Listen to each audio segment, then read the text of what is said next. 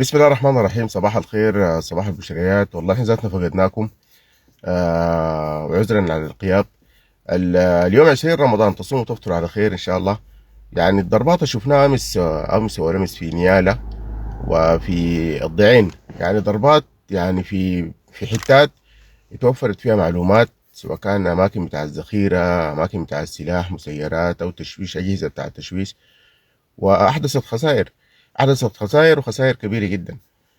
يعني الناس اللي بيقولوا مرات الجيش بيضرب هنا وبيضرب عشوائي، الجيش ما بيضرب عشوائي. الجيش بيضرب احداثيات بمعلومات مؤكده من داخل المنطقه. داخل الضعين كانت في معلومات واحداثيات، داخل نياله ضربتين متواليات وارضها معلومات متوفره. ولذلك الناس دي اصلا ما بيتعظوا، بيفتكروا نفسهم انه هم يعني امنين، بيفتكروا نفسهم انه ما في مصادر بتاعت معلومات، بيفتكروا انه هم ما في طياره ممكن تجي. ودي كلها طبعا تخيلات منهم، وقاعد تحصل خسائر. شفتوا المقاطع، الناس شافت المقاطع كلها في الفيس حايمة، بتاعت الضعين و بتاعت نيالة. يعني الناس دي في رمضان ده لو زول ما ربنا اداه هداية ناس ما ممكن يتهدي بسهولة.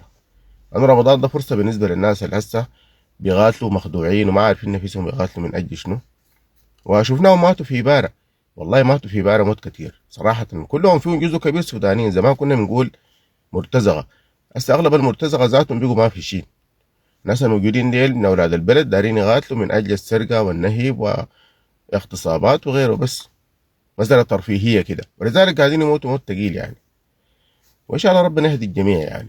ولكن الأمور ماشية كويس يعني، الحمد لله. شوفنا كل يوم بنشوف مقاطع جميلة في الخرطوم، يعني المواد الرمضانية والأسواق وغيرها، والمستشفيات يعني الجامعات والمدارس. الحمد لله الأمور ماشية كويس شديد، ماشية لأحسن بصورة كبيرة جدا.